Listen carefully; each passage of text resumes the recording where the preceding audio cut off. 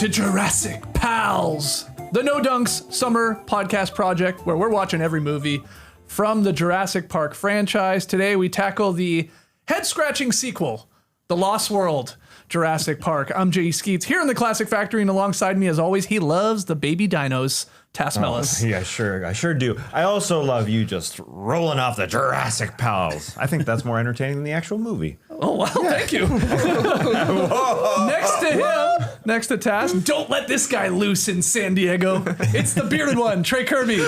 Hey, oh, and last but not least, over yonder, this is a man that knows that 30 minutes is half an hour. It's super producer JD. Hello. Hello, JD. One of the weirdest parts of this movie. Yeah, Why did he say that that? was weird.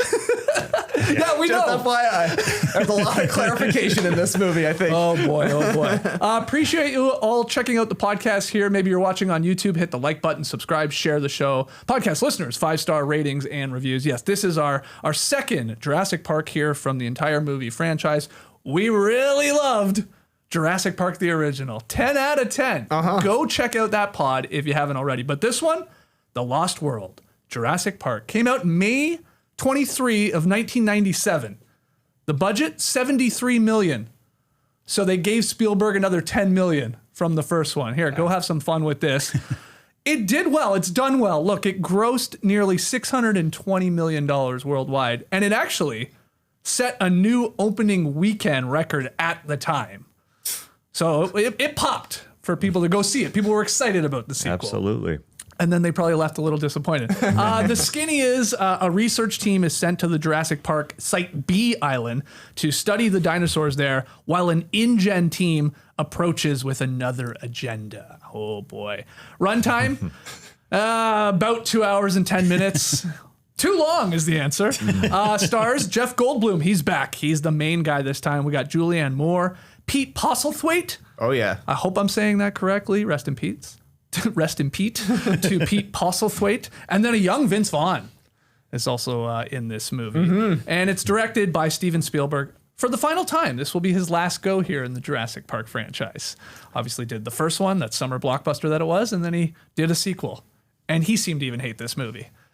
He doesn't like doing sequels. No, he doesn't. For good reason, I think. Yeah, doesn't like doing sequels. And apparently Michael Crichton was basically asked to write a second book as well. He wrote it and Spielberg's like, some good ideas, but I got my own things I want to do. I'm only doing one sequel, so I'm jamming all the ideas in here that I can. All right, let's make our way through this movie. We start with a look at, and I'll say it correctly this time, Isla Sorna. This is Site B, the code name for Site B here by the InGen company. It's located 87 miles southwest of our OG Dino Island that we had in the first one, Isla Nublar. Not Isla.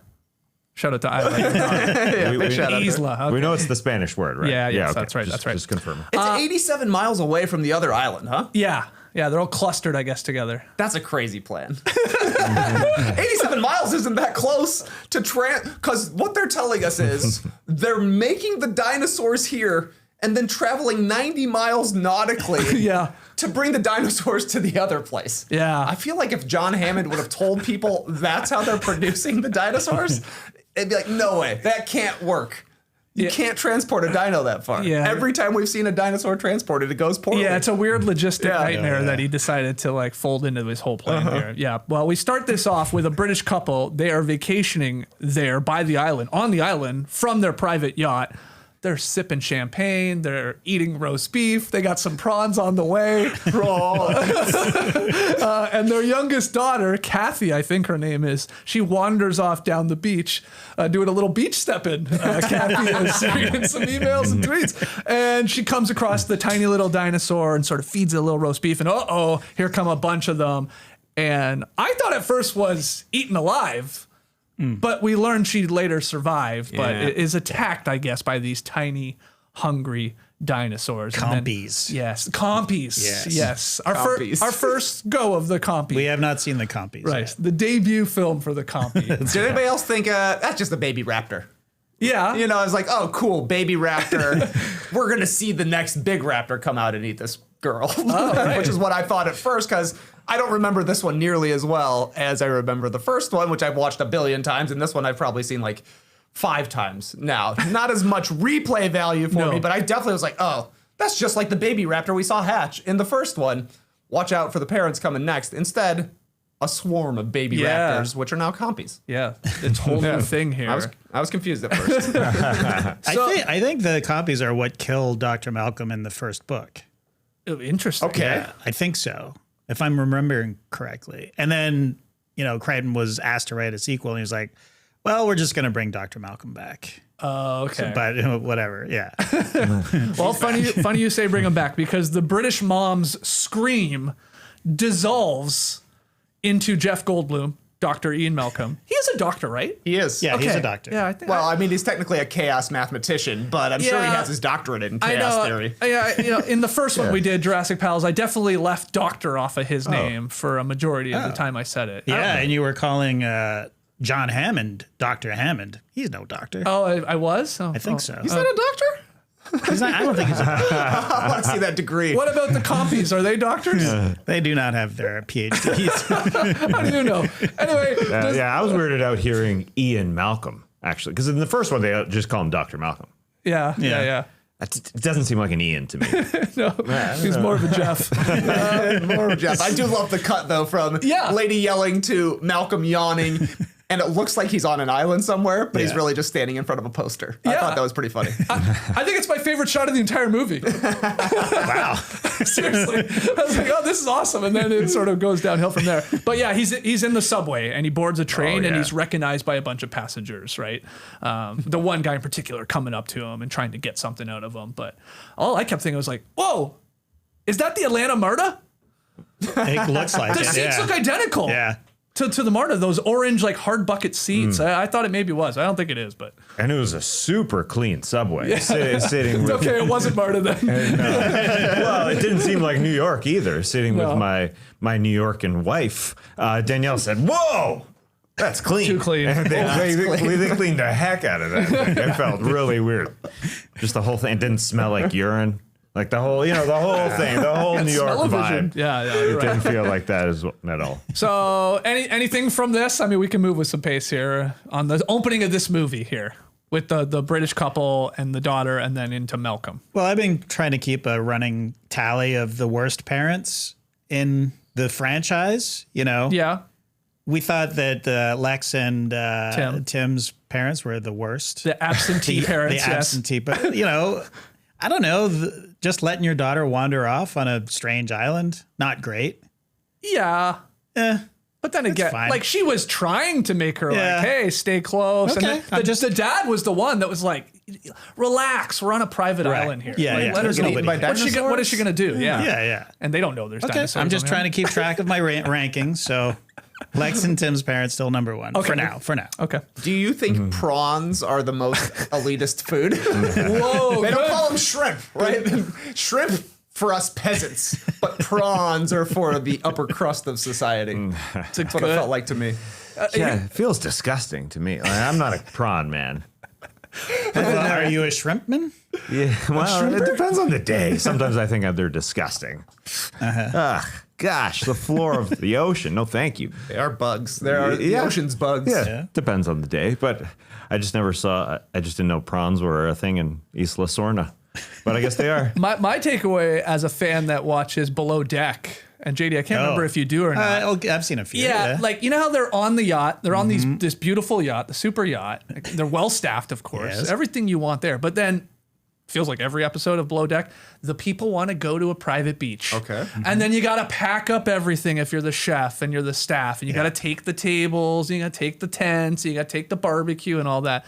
It's always a nightmare. Huge pain in the ass. It's the biggest pain in the ass. yeah. That's all I could think about with these poor staff here, this super They yacht. had an elaborate setup. They had an incredible setup. So. What do you think they got tipped in the end? Oh, yeah, when they hand them the envelope. That's a big part. Well, they would have got nothing. Their daughter was probably. attacked by Yeah. dinosaurs, and they're going to blame it on them.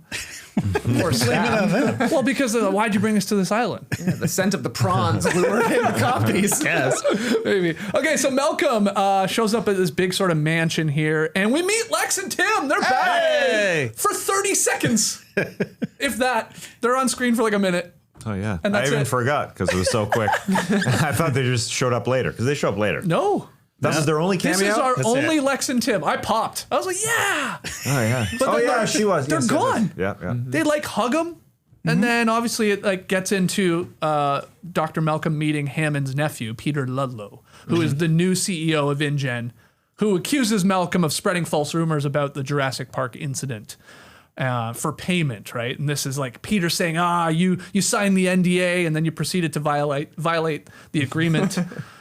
And as such, his tenure at the university was rescinded, his reputation left in tatters, and this is where we're at. But there's a lot of exposition here in this first stage of this movie. Yeah, and doesn't Ludlow also basically kind of confirms what the random dude on the subway was saying? He's like, nobody believes what you said happened on the island, Yeah. Dr. Malcolm. It's totally fine out there. And then he hits him with the ultimate diss. This suit costs more than your education. That's an expensive suit. What are we Because talking? how long did Malcolm have to go to the school to become a doctor? Yeah. 6 years minimum. Minimum. Yeah. Minimum. And this is the 90s? That's like probably like a $50,000 suit easily. And doesn't Peter here, Doesn't exist. the nephew or the new Seem CEO, he fake. says something like, you're the only one breaking the NDA too. Implying that everybody It's else true, that yeah. left Jurassic Park. He even says like Lex and Tim, they've kept a tight lip. Get in line. Yeah, exactly. So we then have Malcolm going up to a bedridden John Hammond. He's back in this movie and he tells Malcolm, hey, Site B, man, it was breeding site for the dinosaurs. So he, as he puts it, Sorna is the factory floor and Nublar is the showroom. And this is like, again, what you were saying, Trey, like, wow, that was a weird decision. Very, very weird. Just like I would want to have as little dinosaur interaction as possible. Grow them in the place where you're going to keep them. Yeah. Grow them and show them on the same island. It's simple. And then, I mean, it gets worse because we learned that they had a hurricane, Clarissa, and then that happened on Sorna here, and then all the dinosaurs were left free to roam. And Hammond says, like, for 4 years, the dinosaurs have just lived in a natural environment without human intervention, and they're in their own social groups, and it's going great. But I did like this. Malcolm was like, hey, I thought you breeded these things with that lysine deficiency. You know, like if you don't give it to them, they die. Shouldn't they be dead is basically what he's saying. So that was good, at least a little callback to the first one. But Hammond's answer is just like, hey, man, you were right. Life finds a way. Exactly. He's like, you got a call back? I got a call back. So that's the setup. And then Hammond, who like I thought was on his deathbed and like dying, he sort of like pops out of bed. He's suddenly got like some energy. Hey, Grandpa Joe from Charlie and the Chocolate Factory. Totally. Oh, I'm fine now. Yeah. He, Any opportunity to send somebody to their most certain death just fills him with life and effervescent, you know? that's right. He loves it. He's like, I got one more on the line here. I feel like they make him look like the devil in this scene. He's dressed in black and red. His bushy eyebrows, I feel like, are intentionally turned up so they're horn-like. And he's even like flushed. I feel like his skin is pretty red. So the guy is, in the first one, he's like supposed to be a little bit angelic, I think, and dressed in all white. Not so much in this one. They're like, this guy sucks. And now you know. That's what you kept saying in our first Jurassic Pals. This guy's the villain. This guy's the villain, man. And like I think they've leaned into it here. Definitely. Because Hammond's plan is he wants Malcolm to lead a team to find out how are these dinosaurs even surviving? Like what's going on there? You know, again, Malcolm's like, that's crazy, bro. Like, what? There's no fences even? Like, why would we go, hey, don't worry, the carnivores stay in the interior of the island. So if you guys stay on the outer rim, you're safe. He even says very low impact. Light lift. Come on, man. Well, it just happens too quickly, too. Hammond sets up the whole freaking movie in God. 4 lines. Bang, bang, bang, bang.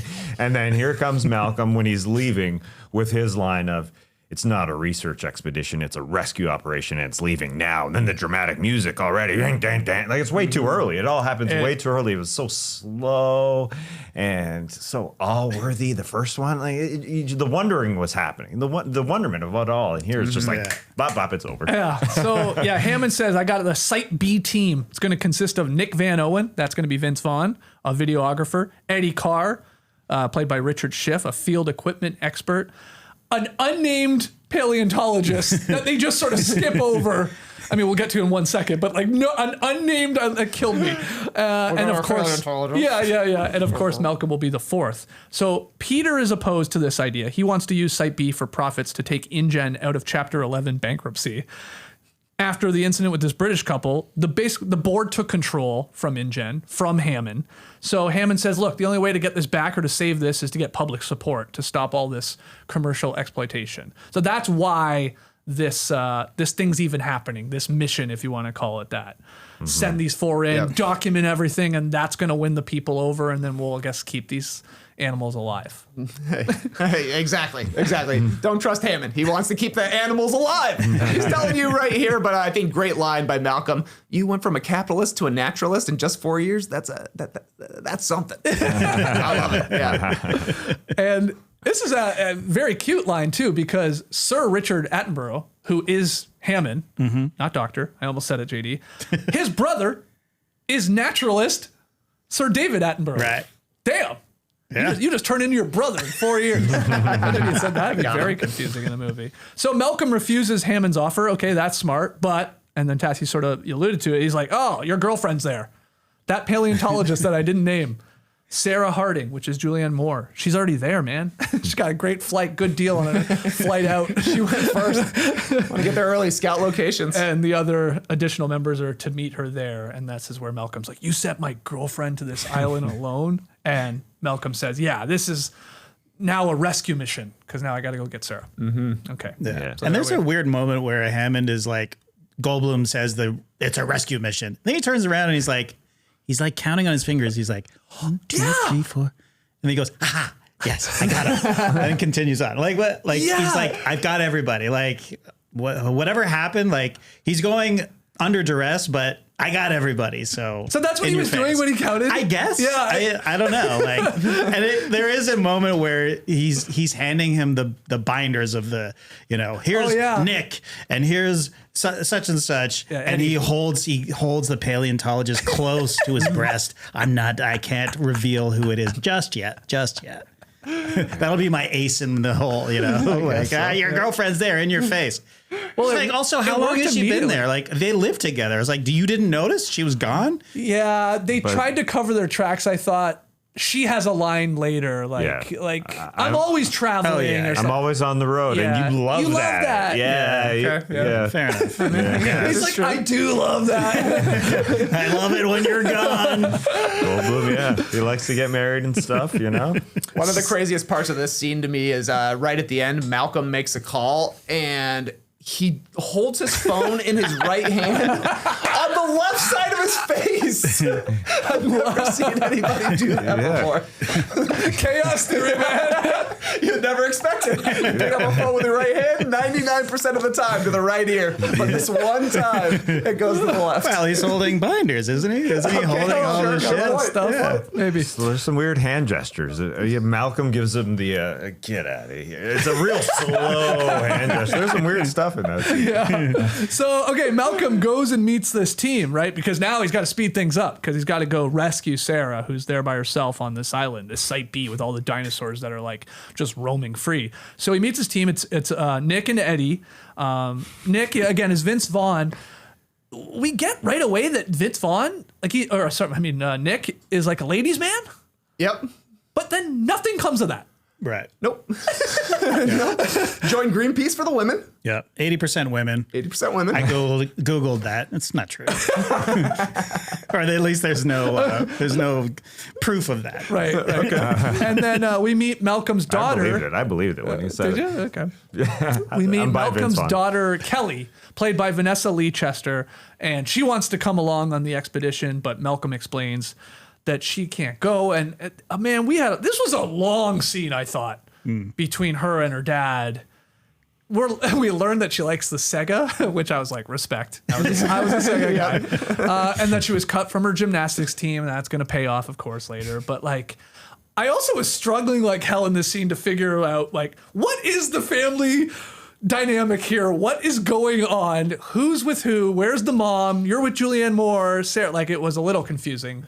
And even Vince Vaughn's character was like, he made a joke about the resemblance. Obviously, Kelly is black, and it's like, okay, she's adopted of some sort or whatever. But We don't know. Yeah, exactly. I'm like, I buy that Malcolm has kids that we wouldn't have heard about. Sure. Right? Because in the first one, he knows to like be worried for the kids when he's sitting in the Jeep with Grant when the Tyrannosaurus attack is happening. He's like, the kids are scared. And like Grant hadn't even thought about the kids. We know he has multiple ex-wives because in the first one he's looking for the next future ex, Mrs. Malcolm. So I kind of like it that they're just like, he has a black daughter. Yeah. And everyone's like, oh, he has a black daughter.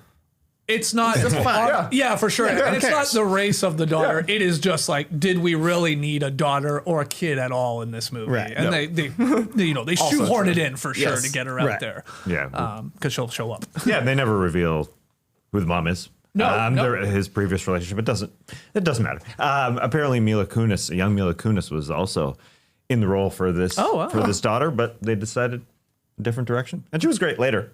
Vanessa that we'll Lee get to. Chester. Yeah. So due to Malcolm's insistence to leave ASAP, Eddie's got to shave off 3 days from his departure timeline. He seems a little stressed because he's not being able to test all this equipment. That will sort of be important later too. So anyway, they head out. Okay, I guess he says bye in theory to Kelly. Call her a cab. I guess so, yeah. She took a cab there. Maybe just call her one for her to leave. Malcolm, Eddie, and Nick transport 2 Mercedes SUVs and a modified RV. They go to Costa Rica, I think, first, and then they head to Site B. There's a quick scene thrown in here with a panicked boat captain, right? Oh, right, yeah. Yeah. You're right. I just didn't know where they were when that was happening, but I guess that's where they were. Anyway, and this is where we learn what the locals call the islands. I thought for sure he was going to say they call them the Lost World. And he doesn't. Okay. He hits us with the 5 deaths. Yep. Okay. Los Cinco Muertes. Right. Yeah. And we even got a scene of Kelly like looking at the map and seeing it. And instantly when I saw it, I took 3 years of high school Spanish, so I'm pretty knowledgeable in this sort of thing. And I was like, oh, the Islands of Death. But if you didn't take Spanish in high school, 30 seconds later, they explain that it is the Islands of Death. I looked up the names of all the islands they have there. Okay. Isla Matanqueros, Butchers. Butcher Island, I guess. Wow, okay. Isla Muerta, Death. Yeah. Isla Sorna, Sarcasm. Yeah. Weird. Sorna is sarcasm, I suppose. Isla Takana, mean, like being mean. And Isla Pena, sorrow or grief. Wow. So, I mean, they got fair names, though I think sarcasm is maybe a little left of those ones. And so it's called the 5 deaths by the locals now because of what happened. When did they get the Andre- names? I don't know. Yeah. Great question. Maybe they're just cursed. The Because- islands are cursed. Yeah, they were Yeah, cursed maybe, before maybe. and extra cursed now, or Yeah. they renamed them after the experiments. I don't know. I mean, we let's be did honest. have 5 deaths in Jurassic Park, the original, did we not? If we count Joffrey, the poor guy that had to lift up the cage. Joff. We're counting him. Yeah, okay, that's 5 then, because I think there was 4 others. Yeah. Okay. Wow. Interesting. I mean, look, they're probably cursed because Hammond got them cursed. for a steal. The guy's cheap, right? Yeah. Like he runs a skeleton crew. No expenses spared. Well, except for islands and IT. Yeah. And something to, automatically open a cage door when you're transferring Yes. dinosaurs. Yes. Yeah, Okay. and the great Malcolm Jamal Warner just passed away swimming off the coast of Costa Rica. Oh, is that where he Wow. was? Yeah, Jeez. yeah, that's where he was. So on the island, Eddie, Malcolm, and Nick come across a few giant stegosauruses, I guess those were? Yeah. I think so. Yep. Yeah. They wanted to There's- bring the Stegosaurus back. Yeah, they're big. They're big. They're stumbling across and they're going through, and then they're trying to find Sarah, and she's right there. They were using obviously something on her tracking her. backpack. They got- She they had got a to track homing beacon on her backpack. But this is where we first meet Sarah, and man, she's a firecracker. She is a firecracker. She borrows Nick's camera right away, even though she has one. She touches a baby's dinosaur's head right away. Her camera then starts freaking out because it's like, running out of film, starts making crazy noises. That pisses off the baby dinosaur, which then pisses off the herd. She escapes though. And then she has the nerve while they're walking away. Nick goes to light up a cigarette. Hold on to your butts. Here we go. And Sarah tells him not to do that. Quote, "We're here to observe and document, not interact." She just touched a dinosaur. point, yeah. That's interacting. That's much worse Totally than lighting a interacting. cigarette. I'm sorry. that was weird. So I don't know if we're supposed to like her, I guess, right away, but I hated her immediately because, like, you are a hypocrite. That was my opinion. Yeah. I mean, look, Julianne Moore is wasted in this movie. She's not the only one, obviously. But, you know, when we first meet her, there's her just messing with nature in general. Like, she's the worst wildlife photographer of all time. Yes. You know, like, you know that when your film runs out, it's going to automatically rewind. Like, and you don't touch the wildlife. That's rule number one. Yeah, that's right. That's the way biggest problem. Yeah. And then when she sees Malcolm, she just starts blabbering this paleontology bullshit. It's not even exposition, I don't think. Like, it's just like, blah, blah, blah, blah, blah, oh, I figured out this and that. And that. She just seems like a complete idiot. You know, I'm like, this is the person you came to rescue? Leave her there. Like, what are you doing?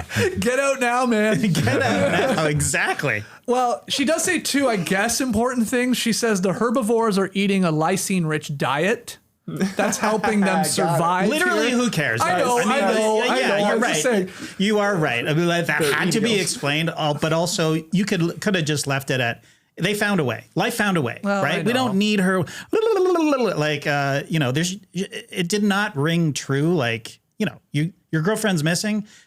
You know, you find her on this death island, and then it's just like, I don't know. Like, the other thing she says, though, is that she can prove now that the T-Rex does not abandon their young, as is the current accepted norms of their behavior. So that's what, you know, a lot of the scientists are saying and thinking. Okay. But she's like, I don't think so. Of course, that's going to be like a whole storyline here. Just tell us that one thing. Yeah, okay. You know what I mean? Sort of agree. Trying to prove the dinos are good parents. That's what I'm out here trying to do. I do like when they're searching for her and they're yelling, Sarah! Sarah! And Nick yells, Sarah Harding! Malcolm says, how many Sarahs do you think are on the island? That was good. Yeah. That was great. That was funny. Is there not a callback to that joke later in the movie? Doesn't Goldblum yell... He yells somebody's full name. Oh, I swear to God. Oh, I missed that. You're probably right. But nobody like addresses it. But Right. they're yelling who's he yelling for? It's got to be either maybe Kelly or something. I don't know. He's yelling for somebody. Right. And I swear he yells the first name and then he says full name. Funny. But it's later in the movie. Nice. Yeah. So what a payoff. Okay, so yeah, they're all together here, and suddenly they see that there's a fire back at camp. And they're like, who the heck started that? It's quick fire. Yeah, just a quick little fire going. Get Kelly on Survivor, man. She Right? Dominate. And yeah, Kelly pops out of the RV because she has secretly stowed herself on this trip. So Kelly's there. What a bummer when she shows up. You know what I mean? Like, you know, she's going to, you know, she walks into a work site, like there's sparks flying everywhere. It's like, oh, seems like a pretty good place to stow away in. And then she's there and it's just like, oh God, now there's a kid we have to deal with. Yeah. So where does that put Dr. Ian Malcolm on the list of parents? Yeah, exactly. It wasn't, I mean, he did bring her to the hangar. He didn't expect for her to stow away. Right. Yeah. But if he would have never called her there, she would have never had a chance. That's right. And he did say the line, never listen to me. Yeah. Like, at least he's self-deprecating enough to realize he's a shitty parent. Yeah, You know what I mean? true. Yeah. But, and he's also, you know, there's a lot of like hints dropped that he's unreliable. It's like, well, I just need you to, you know, be there when I need you kind of thing. True, He's true. aloof for sure. But is he in the top? I don't know. I mean, he's super aloof because we have to believe that he didn't really even say, I mean, when did he say bye to her? Yeah. To Kelly at that hangar. Yeah. Well, In theory, he said bye, and I guess like didn't see her get in a cab and leave or Yeah. something, and she just He was distracted. she just went in the RV. Yeah. Yeah, we thought you'd grab a kid. 10-year-old. That's what he said, right? I mean, Yeah. to some degree. He didn't say bye to her. He didn't establish a plan of how. Well, I thought he did. I thought he was like when he walked away from the office. They had the confrontation, and he's just like, "Your mother took off to Paris. I don't know what to do with you." Blah blah right, blah. right. And then he walks away and says, "Just don't listen to me." And then I think that was the goodbye. But he's not a good parent. That's the goodbye. He's not a good parent. Figure it out. It's like, I told you to go stay with this person who doesn't have Sega, the troglodyte or whatever. Oh, yeah. Luddite. Sorry. No, troglodyte. Was it troglodyte? Yeah. Okay. All right. Cool. It's my favorite dinosaur. I know, totally. Okay, so now we cut to Peter Ludlow flying in Roland Tembo. That is Pete, Postlethwaite. He's a big game hunter. He's coming in with his entire assault team here and the equipment, and they're going to round up these various dinosaurs for InGen. And Roland tells us he wants to kill a T-Rex. That's his fee for the assignment. That's right. That's sick, man. That's some sick stuff. And we're right into a scene where they just start snatching up dinosaurs. And he's trying to figure out the names of these things. He's like me doing my notes. He's like, screw it. Get the Friar Tuck looking one. Get the Elvis looking one. Yeah, I like that. And they're having some success here in this, like, I guess, first real action sequence where all the dinosaurs are running around. And there's like, man, they came with a bunch of people. Yeah, a lot of vehicles.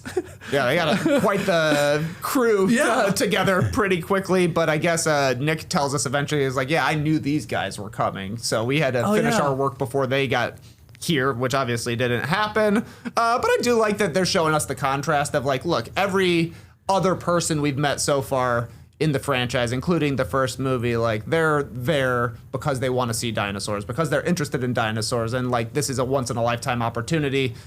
Meanwhile, the majority of these guys are just like, let's go mess up some dinosaurs. Right? They're like, we don't care anything about these. We got Pete Postlethwaite throwing away the key to the dinosaurs because he doesn't even want to mess around with any name that isn't T-Rex. These guys are just complete savages going out there to be mercenaries, right? And I think that's completely different than what the other team is doing and what we've seen thus far. So, you know, we're knowing right away these guys are dickheads. Yeah, and there's the one guy on their team that does seem to know stuff. The paleontologist. Yeah. I don't know his name. I don't know if he ever got a name. Yeah. But a big old beard, long hair guy. I only have him as Bocephus in my notes. They literally have to have him there so he can say the proper names of the dinosaurs for all of us. Like, thank you. So then, the timeline was weird here to me. I think we jumped right to like the next morning.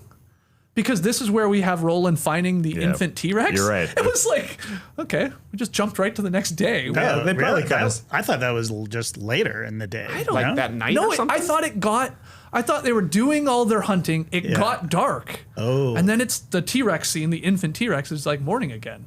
Right. Or is it dark? I think it's dark. Oh, it's dark, so it's night. It's night. So it's the same day. Oh, well, same day maybe. Could be the next morning for all I know.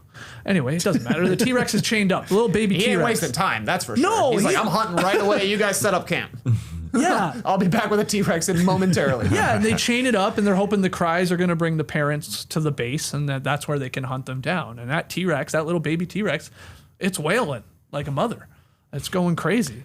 Apparently, they used a baby camel for that sound. The sound, yeah. And then once you hear it, you can't escape it. camel? It's a camel the entire time. And you close your eyes, and that's a camel crying. It's so. It's I wish Samuel L. Jackson was still alive to pop in and say, somebody say camel? Got a butt hanging Hold out. on to your humps.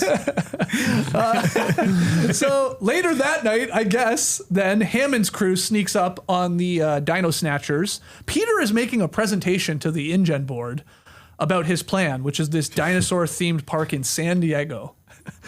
Weird line thrown in here, you know, how great a place San Diego is for this. He says San Diego Zoo, SeaWorld, and the San Diego Chargers. Yeah. What? Well, it lost me on the Chargers part. Animals. Just animals, man. So yeah, he has like, I mean, poor Eddie's struggling with all his equipment. They've got a full Zoom meeting going. Like, Yeah, I'm impressed, actually. yeah, I know. InGen should have gotten into the technology game rather than just straight up the dinosaur de-extincting game, because we saw in the first one, they basically invented Waymo 30 years earlier. They have electric self-driving cars. And in this one, they're doing Zoom 25 years before Zoom comes out. They were on to some really good technology stuff. And I guess that was just like to finance the dinosaur project. Yeah. But they could have probably done well and killed way fewer people if they just would have continued down the path of making consumer products. So this is like They could have used Kelly hacking. Was it Kelly? Or maybe I'm mixing up Lex. names. Lex, Yeah. my bad. Lex, They could the use her hacker. hacking abilities. Right. She could have taken over the company someday. Exactly. She could have. I was going to say, this is what you're saying is like Apple and their technology and their phones and computers, but then, you know, pivoting into movies. Yeah, that's Right. ridiculous. Yeah. But they're like, we got Wouldn't all make this any money. sense. Let's just do other things. Yeah. That's what they're doing here. So Nick infiltrates the base camp. He frees the dinosaurs and they wreak havoc here on this base camp. And that's when Roland then inspects the cages and he realizes they've been sabotaged and that they're not alone on this island. And that was not dinosaurs that let these dinosaurs out of the cage. That was humans. So that's where we are. Any thoughts on this whole scene here, JD, with what's going on? Well, look, when they're chasing the dinosaurs, when they first get there, I think it's supposed to be like a show-stopping. Wow, like we're in it. We're like we are riding motorbikes underneath dinosaurs, and it's cool. It did not look great, like compared to the wonder and awe of seeing the dinosaurs. Like I like that they were trying to move further with it. Like now we're not just looking at them; we're hunting dinosaurs, and like just this action sequence where we got vehicles, we got. The weird chair that comes out of the Jeep for some reason, sort of Mad Max like a little bit. Yeah. When the motorcycle goes under the, whatever it is, the big dinosaur, I'm like, this is stupid. Like this is dumb. And then, Tembo's sort of speech about his fee and, like this is not a blah, blah, blah, blah. Absolutely nailed by Postlethwaite, but horrible dialogue. And like this whole thing of they're in a bumpy Jeep and he's like this big monologue and he's just like I have 2 conditions, blah blah blah blah blah blah blah. It's just like, oh, God. I mean, it's fine, I guess. Like any other actor wouldn't be able to pull it off, but Postlethwaite's great. And like the jump to we are not alone on this island. I'm like, you brought 100 guys with you. Like, you think it might have been one of your dudes who sabotaged? But anyways, yeah. I mean, it's fine. Whatever. Like, I don't know. I do like the chairs being ejected out from each vehicle. You like that? Cool. They're ahead of the time. Good tech. Yeah. What is the purpose of it though? Like, so you can just to get a better rope on them. I guess. Lasso. Yeah, lasso. Sort of. I guess. Rope them up. Yeah, the technology's there. Do they drive under a stegosaurus? Is that no, it's not a stegosaurus. It's one of the faster ones. Yeah. That might be the ones we couldn't name in the first one. Gallimimus? No, because those are small. Those are like Those are elk teeny. size, right? Okay. It was big enough for a motorcycle to drive. Was it the Elvis one? Maybe. Then? Maybe. I think it might have been. Yeah, Elvis. Yeah, we mostly got a shot of its legs. I do like when the Triceratops starts raging through the camp after Nick and them like release them at the investor call. I think that's pretty good. Now I'm getting excited. I'm like, oh great, we're gonna get some dinosaur raging, and then suddenly it's over. Yeah. Just like the tiniest taste of dinosaur. Not enough for me, but I think you're totally right. It's like in the first one, they have that moment when they get to Jurassic Park. We get the awe, but kind of like the genie's out of the bottle. They can't really do that the exact same way again. Mm-hmm. We get tiny moments of people like in the Jeeps driving along and they're like, oh, cool. They are like still wowed to see the dinosaurs, but because they did the whole first half of the first movie is, the beauty of the dinosaurs and the friendliness of the herbivores. They don't do that in the second one because they can't just totally repeat themselves. So now, like, the herbivores are dangerous. Right. And I think that is kind of like indicative of the way this whole movie goes. It's like everything's a little bit more serious and dark and dangerous for the second one compared to the first one. Yep. And what we liked about the first one was that they had the contrast in style. Yep. Whereas with this one, it's just like murders right away. It's just a ruckus, man. Yep. And anything can happen. Hey, look, there's no fences, man. Anything can happen. That's right. So Nick, though, he saves the injured infant T-Rex and he brings it to the RV for medical attention. So they've got it here in the RV and they're fixing it. And he takes off this belt to like wrap up its mouth so it doesn't, sort of bite them or whatever. And oh my God, there's a fly in here. In case Prehistoric. of Yeah, exactly. And Sarah's helping and they're trying to fix its leg. And Nick's chomping away. I need something adhesive. Oh, yeah, that What was could we strange. possibly use? Little slice of gum. Well, she says, spit. And he literally spits his saliva. And she said, no, your gum. Yeah, you that's right. Dummy. Yeah. Oh, okay. The dummy is correct because these fucking morons are bringing a baby T-Rex into their trailer. Yeah. Like, Yeah. they're like a just camel morons. and all. You're And just she's like, what are you already doing? told us Yeah. that she has learned that they will go nuts in protecting Right. their infant. And it's like, oh, no, it's not like we thought. T-Rex has baby and just like, screw out, get out of here, baby. We don't care about you anymore. They're not like that at all. Right. And to your earlier point, she made a point of being like, well, we can't interfere here. Like, even though Postlethwaite probably purposefully broke its leg to lure the T-Rex, you still can't, it's just the stupidest thing you could do. Mm-hmm. Mm-hmm. And when your characters are morons, I don't care about them. Yeah. Yeah. Right. Yeah. So, they're in this RV, and at one point, I thought it happened like really quickly, but like Kelly starts freaking out. She's like, suddenly, like, this is a bad idea coming here. Yeah. Maybe it's seeing the wailing baby, infant T-Rex on the table or something. But she starts panicking. So her and Malcolm go and join Eddie in the high tide. I hide. High hide. Yeah, high hide. Thank you. Elevated basket thing. Yeah. Like, what was the point of this? I mean, anyway. That was one where I was like, oh, this will pay off. You made it because they show us like what they're at the hangar or whatever, right? And he's kind of like Eddie's going through all of the different things that he's bringing that he hasn't tested yet. And included is the high hide. And Malcolm's like, oh, perfect, convenient biting height. Right. You're thinking Eddie is going to get chomped out of that. Sure. But no, they just use it to hide. Yeah. That's it. Yeah, you never heard of Chekhov's high hide, Spielberg? Right. Yep. Well, what's funny too is like Malcolm takes Kelly up with Eddie, or they get up there in the high hide, and then he's like up there. He calls back to the RV, no answer. Yeah. So he like rappels down like 10 seconds later. Yep. So he's like, I guess you're safe now. You didn't want to be in the RV. Stay up here. Just left her. Let me go back. Yeah, you just stay with Eddie. Pouring rain out, barely any coverage to this thing. Mm-hmm. She's got no jacket on. I'm sure it's warm, but Wet. but It's moist. very wet, Yeah. very wet. So yeah, Yeah. he rappels down, and he's just making some fascinating decisions in my mind. Oh, man. totally. I mean, look, let me ask the dads in the room. Are you leaving your child in the high hide by herself, so you can go rescue your soon-to-be ex-girlfriend? Absolutely not. Yeah. You're not. It's gonna be a no-go. He literally left her hanging. Yeah. It's crazy. It's a crazy decision. Yeah, it should have been like Mario Kart, in the Renegade Roundup where they have these high heights. Everybody's got to go together. You get released together. Okay. That's all at once. right, You're going together. You're not just leaving your child there. Yes. That's a hard no, dog. You can't. You just can't. So Malcolm makes it back to the RV, but this is where the team is attacked by the adult T-Rexes. Yes, plural. There's more than one.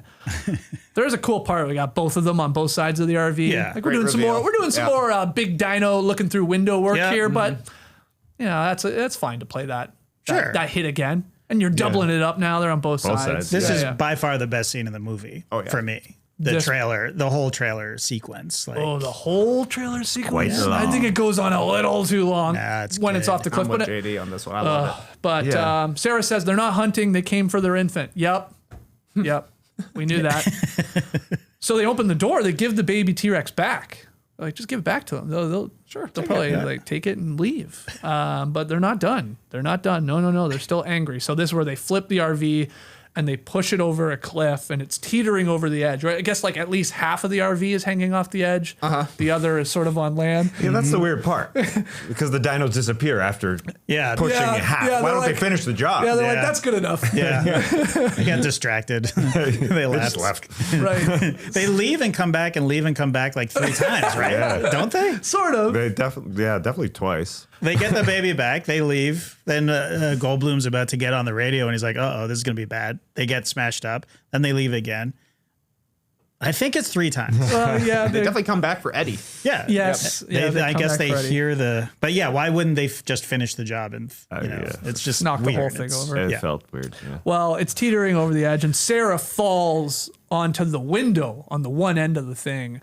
And this is where we get the whole like it's cracking part scene. It's like, are they going to be able to get to her in time? And something else is about to drop and break it, right? That's the thing Vince Vaughn's trying to grab. Satellite phone. Right? Yeah. And of course, Malcolm's trying to get to her, and he catches her just before it breaks or while it breaks. The help of that lucky backpack. And what a movie for this backpack. Right. Comes through a couple times. Yeah, she doesn't heed her own advice at all when it comes to not interfering, because every chance she gets, she interferes. But she was 100% right about the lucky backpack. Yeah. It comes in handy a lot. Yes, it does indeed. I love anytime in a movie there's a slow cracking scene. Oh, yeah. I Yeah. think is awesome. So she's hanging, or she's laying like on the glass, and as she's slowly moving her hands and her fingers, it's like little spider webs coming out, and we know like the clock is ticking on if she's gonna fall soon enough. You'll see that like on ice or something, like an iced over lake. I always think it's cool. I'm with this scene up until this point. Like if it had ended soon after they catch her, but it actually goes on for a lot longer. Right. Because you got the whole Eddie sort of saving them. Yeah. Because he hustles back. He now leaves Kelly in the high hide. Yep. So he's coming back and he's trying to save them. he's trying to save them with the rope that he's tied to a tree, and then he attaches his car to the RV with like the steel wrench cable, to the to his truck.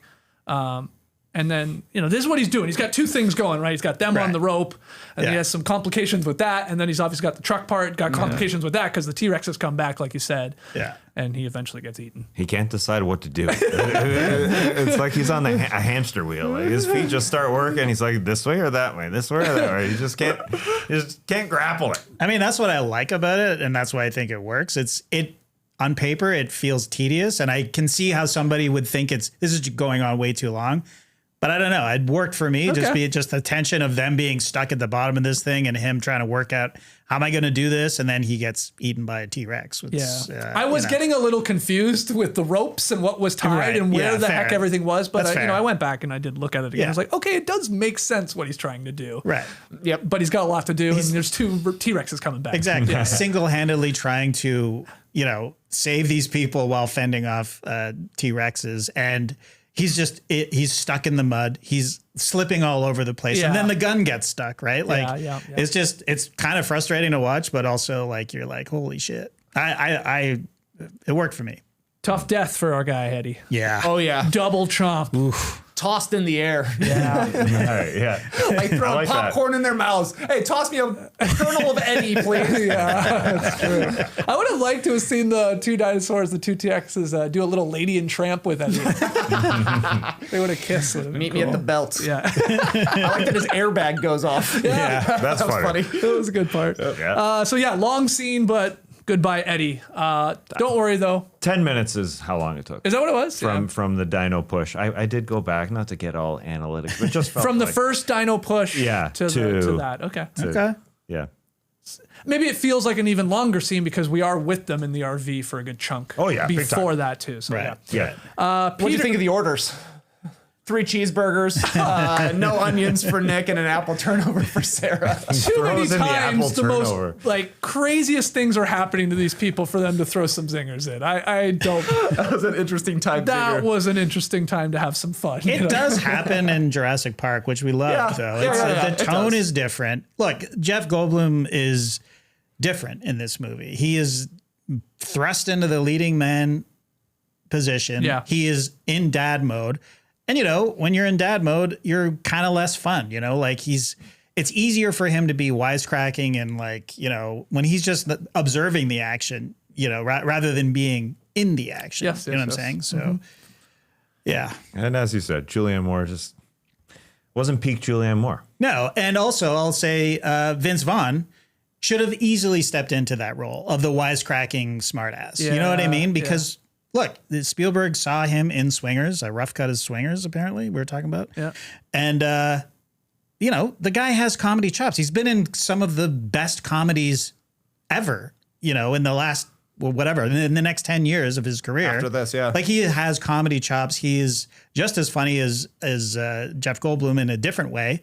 He could have easily been, wisecracking and, just being the... Yeah, but like Trey said, the tone of this movie is just so much darker and serious and...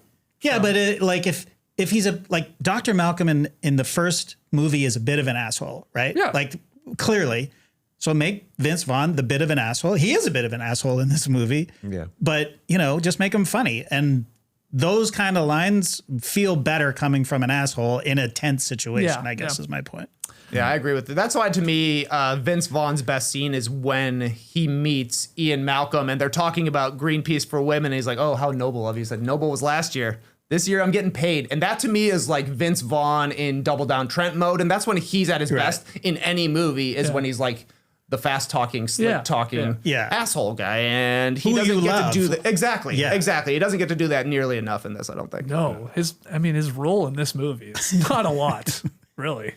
No, he goes from being a photographer to being like a eco-terrorist over the course of things. Like, whoa, curveball. You mentioned getting paid. Let me just throw this in here. Apparently, Julianne Moore later admitted that she only signed on because she was trying to pay off her divorce settlement. I saw that. with John Goldrubin. But she did want to work with Steven Spielberg that she hadn't done. So that was part of it. To that I say, that checks out.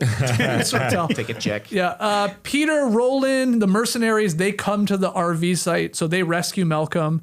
and his team after the T-Rexes have left. They brought Kelly too, so that was nice of them. I guess got her down from the high. Thanks for that. Yeah, I mean, honestly, now that I'm thinking about it, maybe we need to reassess Malcolm's parenting. She was the safest. There's no safer place to be. Yeah, you're right. You're right. It turned out that high was very high because we even see a shot of like, I guess the T-Rexes going through the jungle, really. Yeah. And you can't even see their heads. Right. How high the hell is that thing? Yeah, what tree was that attached to? But Yeah. yeah. Also, the problem is that it's attached to a Jeep, which would be seen. And we know that the T-Rex is pretty curious about Jeeps and vehicles, right? hate Like, Jeeps. they hate them. They do hate Jeeps. Okay, so we learn then now that they're sort of all together, both of these teams, that the only working radio is in the interior. That's populated by the Velociraptors. And this is where they have to, like, they're all going to go together, but we have members of this team that get attacked by raptors and by other dinosaurs and killed. So I'll give them all to you. You tell me your favorite, I guess, sort of death scene here. So the first death is Dieter. Is that his name? Dieter. Yes. The nihilist from The Big Lebowski. He tells Carter he's going for a leak, but Carter's too busy listening to mariachi music on his Walkman. So, I mean, this is a long scene, and I'm flying through it here, but he gets killed by all those little baby dinos that the compies, that took that, or at least attacked that daughter early in the movie. The next one is Carter. Poor Carter. I think it's him. Mm-hmm. He gets smushed like a bug. Ooh, that's a good one. Yeah, Stuck to the foot. Oh, too. that's a good one. Yeah, that's when the T-Rex has showed up. Yeah. Burke, that is the guy's name, I guess. The guy that knows about the paleontologist with the bad team. Yeah. The bad guys. He's snatched from inside the waterfall because a snake went down his shirt. Yeah. Dumb decision on this guy's part. Yeah. You got to take the snake bite there. You got to take the snake bite. And then finally, we get the Raptors out in the tall grass. They took out like 20 guys. Yeah. Pretty silently. Yeah. So Through favorite the fields. Those are cool. favorite of those four deaths. Tough call. I do like the blood downstream shot when Yes. Dieter gets killed, but I think I'm going to go with, you said Carter was his name? I thought it was Carter, the Walkman Carter. guy. Yeah, guy stuck Yeah. on the bottom of Yeah. the T-Rex foot, I think is pretty good. It's That was good. I'm going with Dieter, Peter Stormarcus. He's the bad guy. He was in Constantine. It felt right for him to get nibbled over and over and over. Oh, I hate when he gets bit on the lip. Yeah. Sort of gross. Yeah, that was awesome. Very Like, gross. he sort of took it in stride. I was like, damn. Yeah. He's tough for sure. Yeah. At first, when I saw the blood streaming, I thought, I want to see him get eaten because it did. Yeah. It did. We didn't see it, but then it was fitting. We saw enough biting. We saw the biting of the lip. It was great. I just think, like, even in this movie with, you see all of them, like, they sort of look the worst to me. The smaller the dinosaur, the worse it looks, Right, CGI wise. And I wonder if they're like, we can't show them eating him. It won't look good. Yeah. Like, so just like have him, It he must be. dies, but like, just we can't show it. Yeah. That's my gut says.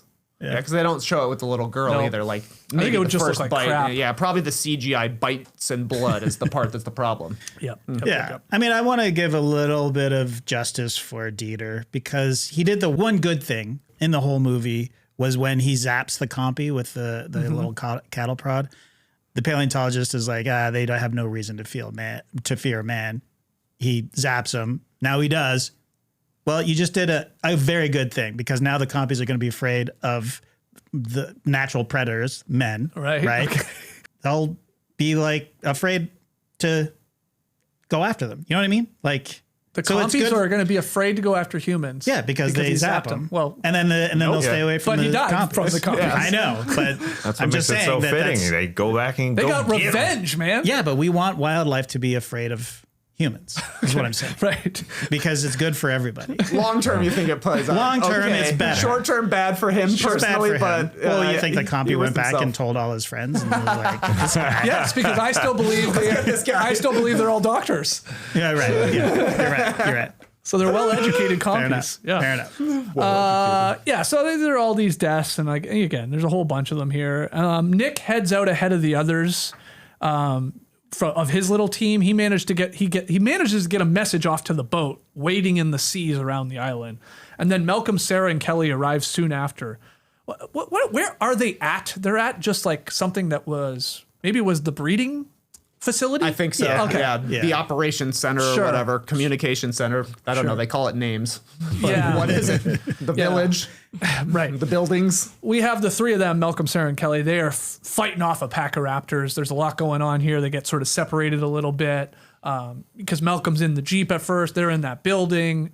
We do then get, soon after this, the batshit crazy scene where Kelly defeats a velociraptor thanks to the power of gymnastics. And we get the line after she does so, the school cut you from the team. Not bad.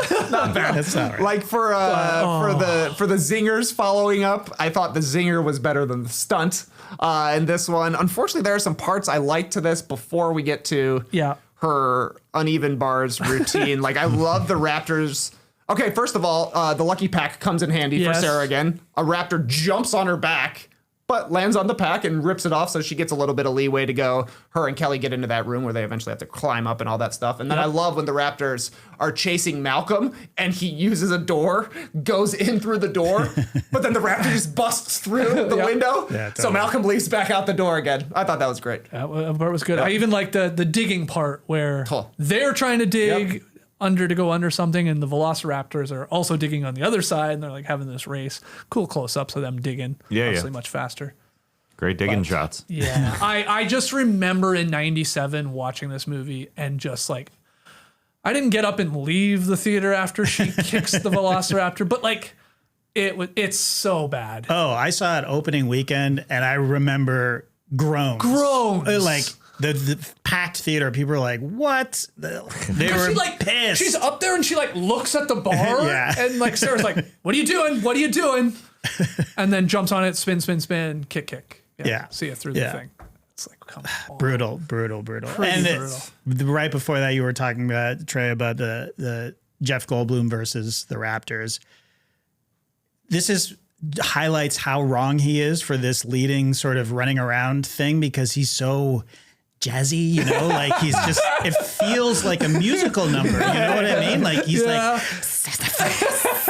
you know, like go back and watch it. And then if you listen to the score, I think that John Williams could not help himself, because it feels like West Side Story, you know, like he's, ooh, you know, jiving and bobbing and I was going to say actually hilarious. It feels like there's very little, little music. We don't hear the theme, like the majestic theme at all in this movie, and they don't play the main theme or whatever, you know, the island theme till the credits. Oh wow! You hear? I thought there was like a remixed version. Yeah, I mean, one of them in one of these scenes. There is one moment, or there's a couple of moments, but when you first see the island for the first time, it hits the chord of the first da da da, but it's the strings, it's the same chord, but then it just goes off to something else. Because this isn't Jurassic Park. This is You're right. This is Site B. This is Site B. Yeah. So we have to rewatch this scene. Oh yeah. I didn't notice the jazzy hands of Jeff Goldblum. Like it's just over here. It feels like when you run Rex till the end. Exactly. Well, back to Kelly taking out the velociraptor. Vanessa Lee Chester, the actor, she joked that she kept begging the filmmakers to give her a stunt to do. And she thinks this may have been where the gymnastics scene came from. She explained, quote, I was just like, please give me a stunt scene. Please give me something crazy to do. And that maybe they put this in. I hope not, but... I mean, that's a fair request, to be honest. If you're in a dinosaur movie, I want to do something cool. This is not cool. Yeah. Yeah. So she survives thanks to the power of gymnastics. Sarah manages to survive thanks to, I guess, poor roofing construction. When she's up there and the tiles are falling off. And she's using it to her advantage and getting them to fall. Off on their and then they heads. start fighting each other. Yeah. The velociraptors turn on each other. That's the thing with raptors, is if you can last long enough, eventually they'll turn on each other. Yeah. That's good. Yeah, you just gotta deal with the 15 minutes of terror, but eventually they'll get bored chasing a human and just want to fight each other. Yeah. Especially now that we know there are male velociraptors, right? Right, I think it was one thing when all these very wise, just female dinosaurs living in harmony. But then obviously when they started breeding, things got out of hand. Yeah. I think that sequence worked on the roof. Yeah, it's okay. She's fending off one of them below, but it's actually bringing the other raptor closer to her, you know? Yep. It works. Okay. That part was cool. Was the amount of shingles sliding down believable at all? I guess They were like flying down. this building, it's like hasn't been, no upkeeps for 4 years at least. The hurricane hit it. Yeah. Oh, the hurricane. Forgot about the Right. hurricane. So it's shoddy is my point. Yeah. But yeah, she made it work. She did. So then the helicopters arrived to fly out Malcolm, his daughter, Sarah, Nick, and that's the end of the movie. Yay. Yeah, good movie, did it. everybody. Record scratch. What? Nope. We got a lot more to go here. Roland has managed to tranquilize a T-Rex and its baby, and they're caged, and they're waiting to put them on the ship. I guess they sort of see that, right, from the helicopter. Right, They're like, what the hell's going on? Suddenly, we're back in San Diego, and the ship is going to come there, and Peter's plan is to put the captured wreck into a cage in that zoo, in that amphitheater that he had talked about. He holds a press conference at it appears to be like 2 a.m. They even slipped in a line, something like, he says something like, thanks to all these people showing up at this time. It's like, yeah, it is a little weird. But we got an issue here because this ship coming in, the SS Venture, it's not slowing down. And they cannot communicate with it. And it crashes into the dock. Holy crap. And then they get on it and everybody's killed. And obviously we'll get into the dinosaur part of it all. But who killed these people on this ship? Yeah. This is the biggest plot hole to me. Yeah. Because we know that baby T-Rex has been flown already. And this just is the cargo ship for the big giant tranquilized T-Rex. Yeah. So what kills it? There was a scene that was deleted. Okay. Go on. That So makes what- sense. That's But the who, only though? way it makes sense. I know. It doesn't make any sense. Because on the bridge, there's crew all over the place, ripped apart. There's That's a they say severed hand. Obviously. There's no T-Rex in there. That's what I'm saying. It's unless there's a raptor running. There are raptors on the board. Okay. On the ship. On the ship, but then it was deleted for some reason. However, the scene was removed Why? and never. It was removed and never filmed, but this detail still remained. I don't know.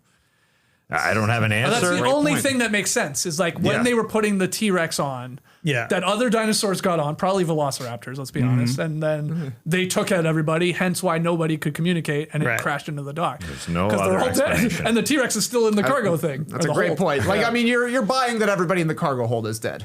Fair enough. that's okay. fine. Yeah. T-Rex going nuts. Oh, sure. But once that's happening, I think it's on the captain to say, nobody go to the cargo hold. We just got to get this boat back. Yeah. Right. But I guess if there's raptors hanging, maybe they're just still loose in San Diego to this day. Yeah, maybe. We haven't gotten to number 4 yet. Yeah. I don't know what happens. So they get aboard this thing and they're like, where's the crew? And somebody says they're all over the place. They've all been killed. So then the T-Rex escapes the ship, bursts out of the hold because that's like one guy's, decapitated arm, right, is holding on to the open and close button and then somebody grabs it. Anyway, it busts loose because they screwed up. This was like, they glossed over this, but like they tranquilized it, but then they thought they gave it too much. Right. It stopped breathing, so they gave it something else. Yeah, and then it's like adrenaline coursing through it. Yeah. And Sarah's like, it's like a locomotive now. Uh-oh. It's hyped up. Yeah, You exactly. gave it coffee? You gave it a Mountain Dew? Are you crazy? Gave it a Red Bull? So it's loose in the city of San Diego, and we get this whole scene, and it's taking a casual stroll through a San Diego neighborhood. Oh, yeah. There's not a single cop car following it, or at least that we can see. There's not a light on it. There's nothing. Like, it's just like going again around these backyards. Stops to take a sip from a backyard pool. I love that. They're like, it's going to go for a water source next.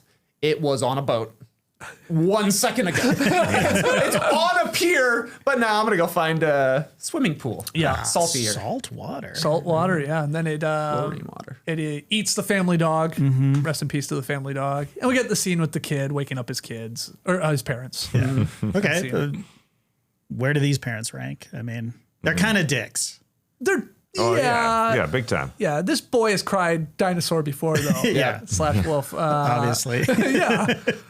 Yeah. I mean, the kid survived, so Yeah, that's true. They didn't do anything too stupid. Yeah. I don't like the way they chained the dog to the Snoopy doghouse. Yeah. Do people do that? Is that a thing? In feel like- 90s movies, I Yeah. see it a lot. Yeah. Yeah. But I've never That's a seen it great in point. real Like, life. I mean, I feel like I've seen dog houses driving around, but not very common. No, Keeping our definitely, dogs definitely indoors not now. in the Yeah. city for sure. Yeah. Maybe more of a, I was going to say more of a country thing, but why would you have a dog Yeah. caged up? You shouldn't have a dog caged up. Everybody knows that. Yeah. But it's dead. Yeah. Pretty sad. I mean, it's really out the just for mouth. the image of the doghouse, dangling from the T-Rex's mouth, Yep. which is effective, I think. Okay. But poor dog. So the plan here, Malcolm and Sarah learn that Peter did bring the infant T-Rex back on a plane, like I said, so it also wasn't on that ship. And they have it in construction zoo or amphitheater where he plans to do all this stuff. That's where they have it. So Malcolm and Sarah go to retrieve it to lure the T-Rex back to the docks. But yeah, now the T-Rex though, after he's got a Mountain Dew coursing through him. Now he's got a dog coursing through him. Yeah. He's got a lot of energy, so he hits the downtown core, I guess. Oh, yeah. Right, of San Diego, and that's where he's just going sicko mode. He's going nuts. Goes to Blockbuster right away. Right. Just like the 90s. He's like, I got my Mountain Dew. Let's go rent Tsunami Sunrise starring Kevin Bacon. Oh, yeah. I love the fake movies they have in there. I couldn't decide if I want to see Tsunami Sunrise or Arnold Schwarzenegger's King Lear. Yeah. Oh, I missed the that ones one. that were Is advertised. there Robin Williams too? Robin Williams is in there. Yeah. Jack and something or Jack and the Beanstalk, maybe? Something like that. Yeah. Something like that that. would be a fun part of being in the writer's room, is coming up with the fake Oh, movies. totally. And we get, I'm sure everybody noticed it, JDU especially, we get an ode to Godzilla. Oh, yes. The 4 Japanese guys running and looking back. Yeah. I think they even say, right? Don't they say like we left Tokyo for this or something? Do they? No, I think that's Austin Powers you're thinking of. Oh, Because there is. Do they The have copyright, lines? we can't say I don't know. Godzilla. Maybe I am mixing that's them up. definitely, Oh, that's it. That's the. Yeah. but 100% an homage Yeah. to Godzilla, showing the Asian businessmen first before we get into like everybody running down the street. I thought that was good. I mean, this whole T-Rex coming to San Diego is basically King Kong. But Yes. guess what? Now it's a dinosaur in San Diego. And you even get like a little bit of a callback to an earlier Steven Spielberg movie when the 76 ball from the gas station comes rolling behind him, just like right. Raiders of the Lost Ark. Yeah. right. Good call. Good call. So were you a fan of this whole dinosaur loose in San Diego? I was. I mean, it's Yeah. fun. I mean, this is the reason why Spielberg wanted to do this movie at all. I think he said I always wanted to do a Godzilla or a monster movie, and now he's doing it. And I think it's stupid, but it works. It's fun. It's fun to watch for sure. Yeah. It's stupid, like the whole plot point. Like, how the heck were they going to actually Yeah, I keep mean, this thing in this amphitheater? yeah, well, all of that, like the setup of getting it there, and this was never in the Crichton sequel. Not that was any great work of art or anything, but yeah, this is just Spielberg running amok. Look, I felt the way he probably felt making this movie, watching this movie. I just got bored halfway through, and I want to go watch Saving Private Ryan now, which is his next movie. He wanted to go make a war movie next. So, but yeah, this scene kind of works as its own 5-minute sequence, as a fun sort of, wow, there's a dinosaur running amok in San Diego, but it's like, who cares? So upon hearing and smelling the infant, the T-Rex follows Malcolm and Sarah back to the docks because they did get to it. They got it out of the little cage there. They got it in their convertible, and they're driving back, get it to the docks. Now Peter Ludlow, he's ordering that the adult male be shot. Infant got to be recovered. And he sees Malcolm and Sarah carrying the infant to the cargo ship. So he follows, only to find the infant in the cargo hold. Malcolm and Sarah, they leap off the boat, right? They just straight jump. Hey, watch this, Malcolm. And then Ludlow attempts to lure the infant out, but soon after, here comes the adult T-Rex. He enters the hold, injures Peter Ludlow before allowing the infant to do the final kill. I think it even nudges it, right? Yep. It's like, yeah, you do it. So deuces to Peter. Each one teach one. Finally, a righteous chomp. That's like, you deserved it. Peter deserved it, man. We've been waiting to see this guy get eaten. And then he gets eaten by the infant who's, getting its first taste of blood. Good stuff. Yep. Sarah then launches the tranquilizer dart. Good shot from her. Great shot. Yeah, is that do we get like it follows the dart shot? Am I crazy? It definitely has like a Felt like slow-mo of it Yeah. coming out of the barrel. Yeah. And I okay. guess the whole thing was beating the chopper, right? Because the dart is just going to tranquilize it, but I think the chopper looming overhead, It's gonna shoot it. They're going to shoot it Yeah. because Ludlow gave orders to shoot. You're right. it. You're right. But that wasn't very well explained or No. pointed out or anything. No. So, the dart hits the T-Rex and it subdues it enough, I guess, for Malcolm to close the big doors. Yeah. And that's sort of it. And then we get this other scene, in the aftermath. We're watching CNN. They're all asleep. I guess Kelly's watching CNN. The Navy. Great point. They are asleep on the straight up couch. asleep. I'm turning this on. Fair. I mean, They're tired. They're tired. Yeah, I understand why they're asleep. Yeah. I think it's more questionable that she would turn on CNN. But Or not change the channel. seeing what they're Right. saying, I guess. Yeah, the Navy and the new crew are escorting the ship back to Isla Sorna. So, and then we get CNN running an interview with John Hammond. He talks about the preservation and isolation of this island. The creatures require our absence. So now we just have to leave it alone. And then we end with a shot of like all the dinosaurs on this island where they're free. And we get, for the first time, right? Pterodactyl Yes. that we see. Lands on the branch. Makes a sound. I don't know if it was a camel sound or not. I don't know what sound that was. Yeah, not sure. Yeah. There, Anyway, there that's how was we a end. there was a Spielberg reflection on the screen during the CNN report as well. That was planted. That he was there. What do you mean a Spielberg reflection? You, can literally see Steven Spielberg in the reflection. Yeah, On the TV? So so it's a they- goof. No, they did it on purpose to get Spielberg. They just gave Spielberg a little shot in. What do you mean they? He's the guy. He's the director. Yeah, he put wow. himself there. Yes. So he put himself into the room with Kelly, Malcolm, and Sarah. It's weird. Just creepily peering Yeah. in. Wow. It's just an odd decision. I'm gonna have to go back and watch that. I think he is beside Malcolm. I think he put both of them as the reflection, just I on will the have to screen. rewatch What a that. choice. Well, I also thought that the scene where they first come to Isla Sorna, the second team, and like Peter's in the Jeep with Roland Tembo, and they're talking. Is Peter supposed to be dressed exactly like Steven Spielberg? He's got like the hat on. He's got like the small glasses. He looks like Spielberg behind the scenes making Jurassic Park. Wow. Which I was like, interesting choice to make him look like you, minus the beard and stuff. But I don't know. I guess he just wanted to put his touches out there. Hey, I made this movie. Yeah. Seems like there's a lot of that. Just maybe. we'll do some stuff Yeah, here. just chuck this in. All right, well, that's But also, I'm thinking, you know what I'm thinking when Hammond is talking about saving the animals? Don't trust this guy. Yeah, I know. Do the opposite. Blow up the ship. Yeah. We just saw the exact opposite. When you did it at nighttime, the T-Rex went nuts and ate everybody on the ship, crashed, and then devoured people in the mainland in the United States. Yeah. Why would the return journey go better? Well, and also like use all this amazing technology you guys are good at to just like view the dinosaurs on this island with that. Right. Don't send people. Yeah. Don't send people. Send in drones, set up cameras, whatever. Yeah. Let's just track it that way. I guess maybe they already are. Why did they have to go? It's sort of all stupid, isn't it? But anyway, that's Sink that Jurassic ship. Park, The Lost World. Do you have a favorite scene? Let's start with you, Tess. Favorite scene, Great question. or the dumbest scene. I'll throw them both at you guys. Best or dumbest? I mean, I do like the nibbling of the little dinosaur.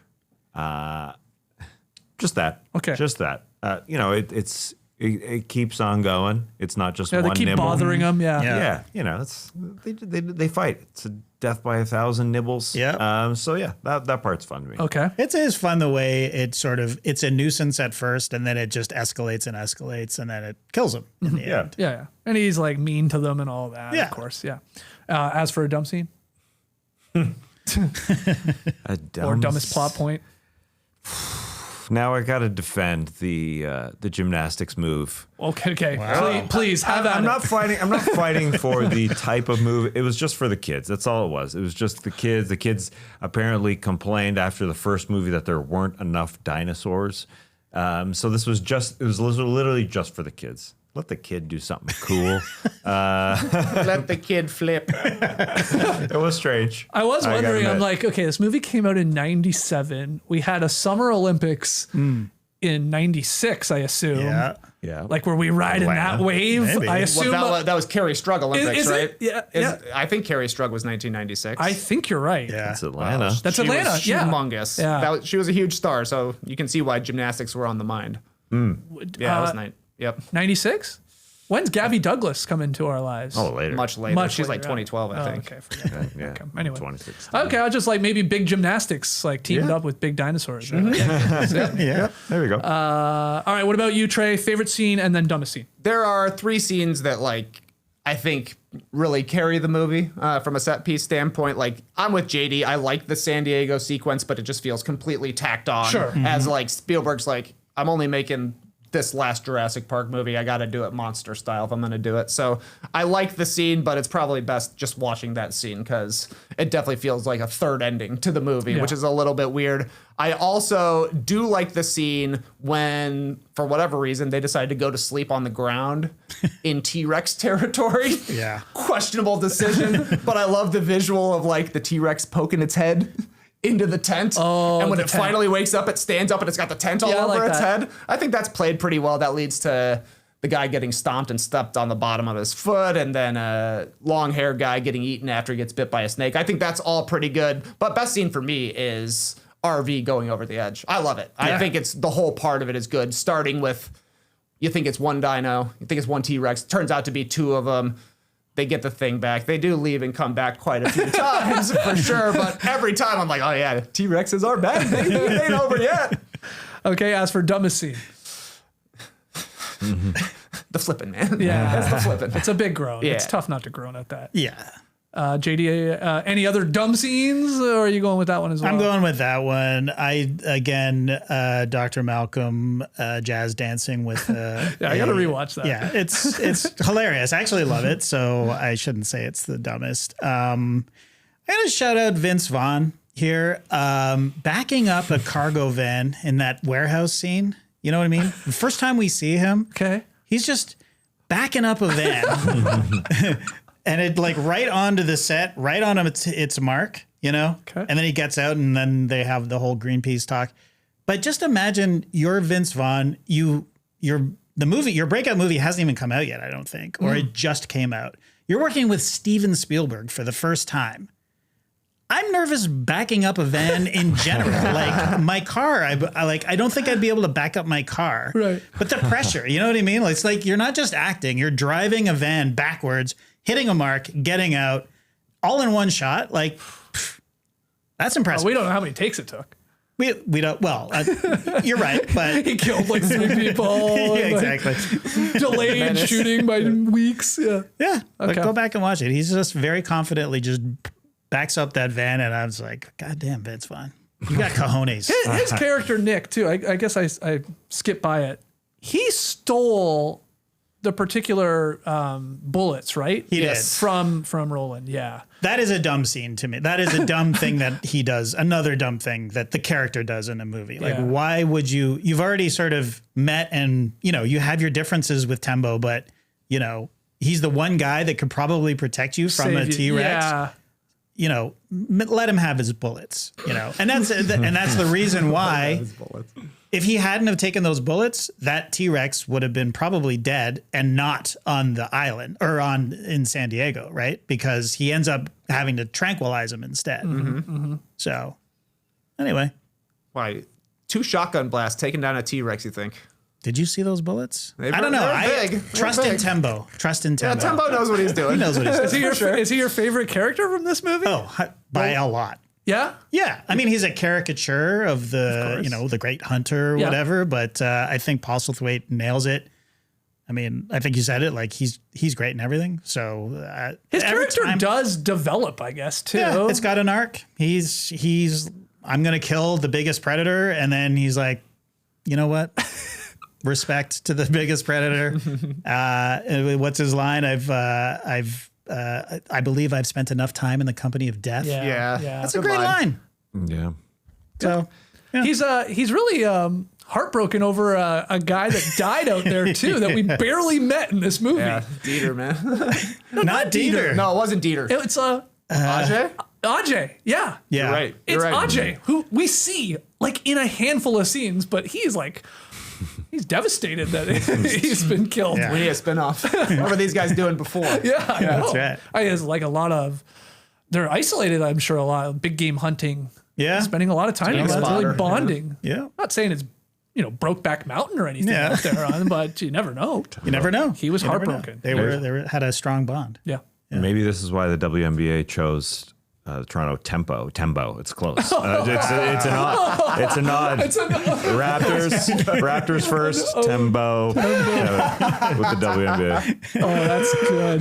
That's good. See, I like Tembo's my favorite character too, and you totally buy him as like a big game hunter. Peter Postlethwaite, perfect casting. Vince Vaughn is the opposite to me. You hear a lot of criticisms of a movie nowadays. People will say that face has seen a cell phone, like playing a period piece. You're like, you look too modern. Yeah. For me, I don't feel like Vince Vaughn has spent a day outdoors in his life outside of shooting this specific movie. Yeah. Doesn't seem like an outdoors guy. No. I'm less surprised that he can perfectly back up a van.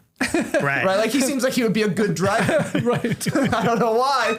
More realistic as a driver than a photographer to me. That's probably some truth to that. Yeah, Yeah. and he's so tanned. Like, has he been tanned in any other movie? It's a great He's call. super tanned. Yeah. He's always very fair skinned. Yeah. I hadn't thought about it that way. Yeah. But he does escape the island pretty well manicured. You know what I mean? Oh, Like, yeah. he doesn't look as dirty as you would think he would after an adventure like that. Yeah. At least in my mind as I'm thinking back, but maybe I'm wrong. So let's rank The Lost World here. In comparison to Jurassic Park, I have a feeling it's going to be slotted in behind that, which we called basically a perfect movie. I will tell you 56% on Rotten Tomatoes for The Lost World from the critics, 52% from the fans. I feel like that's pretty rare. See the fans with the lower score than the critics, but they're in the same ballpark. Roger Ebert, 2 out of 4 stars for The Lost World. I'll read you a small piece. He said, quote, "The film's structure is weird. I thought it was over. And then it began again." There you go. With a San Diego sequence in which Spielberg seemed to be trying to upstage the upcoming Godzilla movie.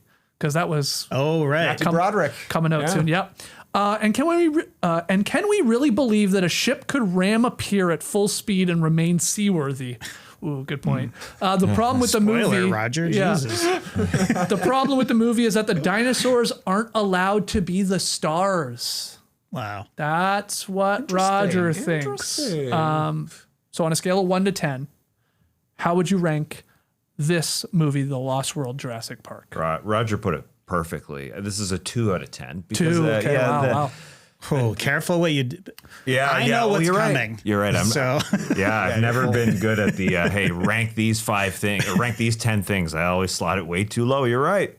That's potentially my mistake. No, but go with your gut. Go with your gut. I'm going with If it feels like a 2, it's a 2. It's low. It's low. Yeah. It doesn't. There's no comparison. The dinos are not featured. I agree. They have to. Spielberg goes in a different direction than the wonder anticipation. But there has to be a better way than just the boom dino, boom dino, boom dino. It's just too fast. There's too much. It's low. It's so low for me, unfortunately. Okay, a 2 out of 10. Yeah. Where are you going, Trey? It's a 5 out of 10 for me. I do like the action pieces in this, like all the different dinosaur attacks. I like that they bring back some new, or start with some new dinosaurs that we hadn't seen before. Favorite dino for me is the Friar Tuck, who we are told his skull is 9 inches of solid bone. That's why I tell Laura every night. This guy's going Friar Tuck mode. Oh my. Friar Tuck mode.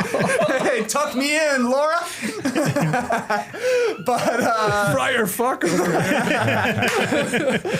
But I think even that scene, Friar Tuck, like that's kind of the problem with the movie to me, is it's so much darker and dumber to me than the first one. We liked all the happy, joy-filled parts, which make the terror parts play a lot better in Jurassic Park 1. We don't have any light moments really in this one. It's kind of the same way as Temple of Doom was so much darker than Raiders of the Lost Ark, right, JD? Like, that's just insanity the entire way through. And that's what this one is like to me. And like we said at the end of last episode, those moments where they're enjoying the park are some of the best moments because it makes everything hit so much harder afterwards. Whereas this one, it's like we meet a Stegosaurus. Oh, cute, it's a herbivore. But guess what? Even this one's going crazy and trying to knock people out. It's just a different movie, and it misses the mark a little bit for me. So 5 out of 10. Action, cool. Plot and character development, not so much. Okay. JD? Right. Yeah, I'm with you, Trey. I think it's a 5 out of 10 for me. But for different reasons. I don't mind that it wanted to go for a darker tone. I want to, we would, if Jeff Goldblum showed up and he was just the same character as before, but being a dad, we would criticize that for not having enough depth and character to it. So, but I think it was a mistake having him the lead of this movie. He should have just stayed out of this movie. Let Vince Vaughn take over or whatever. It's just a problem. The movie itself is just it's just not good. I guess is what I'm trying to say. It's there are set pieces that I did find kind of entertaining. Spielberg, his worst movies, you can learn a lot from watching them. Like he's a very good director. He just did not seem to be that interested in making this particular movie. Mm-hmm. I don't know if he got tired or bored or he just wanted to move on to Saving Private Ryan, which is a very good movie. But yeah, 5 out of 10 for me. I don't know. It was a wasted opportunity. It just made me angry more than anything. You got some great actors, an amazing cast, you could have done so much more with this. I mean, he should have just passed it on to somebody else. Let Fincher or somebody direct it. Right. You know what I mean? I think I'm in the ballpark of you guys. I'll go 4 out of 10. I was going to go 5, but I'll switch it up here. It is funny. Like roughly 50% more dinosaur action in this movie than the first one. Yeah. But it's half as good. Right. Yeah. If that. Yep. So I don't know what that says. Yeah, there's just so many there are a lot of holes in the plot of this movie, or a lot of things where you're like, what? Like, just even if I'm being honest, just Malcolm going back to this place in the first place speaks to maybe what you were saying, JD. Yeah. But his odd relationship with his girlfriend, who he must save, but doesn't even seem all that in love to me. Odd. So yeah, it's not great. I stopped it at one point. Like, it's a long movie. Like I said, it's 2 hour plus. Like, I definitely stopped it at around an hour or so in. There's an hour left. I'm like, what the hell? And then it has that whole part where you do think it's over. You're like, okay, it's done. You're like, oh, no, we're going to San Diego, which is cool. Yeah. It does look cool, but it's thrown on at the end. So I'm a 4 out of 10, man. Yeah. Fails in comparison to the first one. But that's our thoughts. Let's hear from you when it comes to The Lost World, Jurassic Park. Does it get better? Does it get worse? Jurassic Park 3 is our next movie that we're tackling in Jurassic Pals, released in 2001. Dr. Alan Grant is back. He's back. So there's that to look forward to. Does this get more campy? Do you want to answer that? Yeah, tell me. Yeah, it gets worse. Oh boy. I think it gets worse, but Trey, you just watched it. I did. Okay. Well, hey, look, what do you think? Well, I can't spoil my thoughts. I can't spoil my thoughts, but I watched it. Great. I'm going to watch it. Here's the best part about Jurassic Park 3. It gets compared to Jurassic Park 2. Whereas Jurassic Park 2 gets compared to Jurassic Park 1. And that is impossible to live up to. Yes. Big positive. Right. Big positive. Right. Good point. So that next Jurassic Pals coming next Friday. That'll drop on August 22nd. Us talking about Jurassic Park 3. If you're having a good time talking dinosaurs with the boys, hit the like button, subscribe, share the show. 5-star ratings and reviews for Jurassic Pals. All right, we will see you next week for Jurassic Park 3. Until then, embrace the embryos? I don't know. Sure. Yep. Didn't know what to say there. Bye.